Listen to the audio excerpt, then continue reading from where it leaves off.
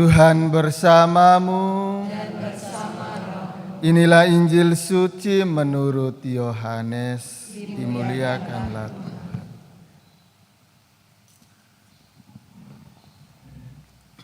Sekali peristiwa Yesus berkata kepada orang-orang Farisi, "Aku berkata kepadamu, sesungguhnya siapa yang masuk ke dalam kandang domba tidak melalui pintu tetapi dengan memanjat tembok, ia adalah seorang pencuri dan seorang perampok.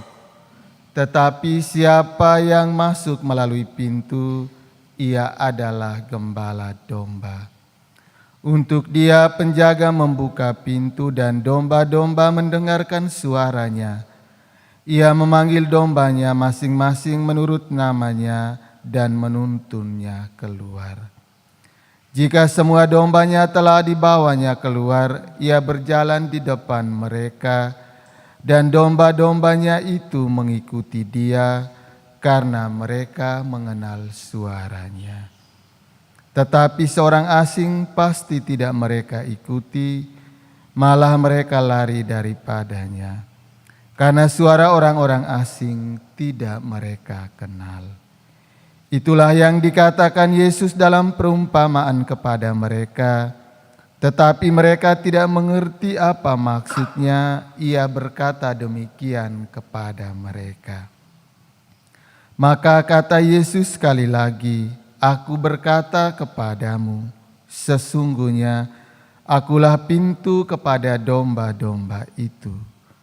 Semua orang yang datang sebelum aku adalah pencuri dan perampok, dan domba-domba itu tidak mendengarkan mereka.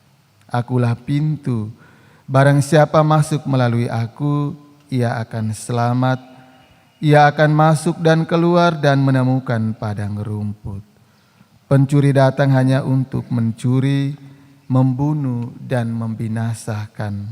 Aku datang supaya mereka mempunyai hidup dan mempunyainya dalam segala kelimpahan." Demikianlah sabda Tuhan. Terpujilah Kristus. Romo, para suster, opa, oma, bapak, ibu, saudara-saudari yang dikasihi Tuhan.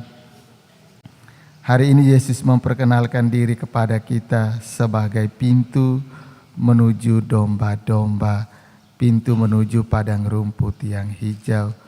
Ini juga merupakan salah satu dasar di mana adanya pintu kerahiman tahun kemarin hingga tahun ini. Maka kepada kita diberikan kesempatan untuk bersiarah masuk melalui pintu kerahiman, karena lewat pintu kerahiman kita yakin bahwa Tuhan Bapa yang Maha Rahim mengampuni dosa dan kesalahan kita, dan kita akan menemukan padang rumput yang hijau, berjumpa dengan Tuhan secara pribadi, dan perjumpaan dengan Tuhan akan mengubah hidup kita menjadi lebih baik. Maka mari kita berjuang, kita menyiapkan diri agar kita juga meluangkan waktu untuk bersiarah ke pintu suci kerahiman di Katedral Denpasar, dan dengan demikian kita akan mengalami pengampunan dosa dan berjumpa dengan Tuhan secara pribadi. Semoga.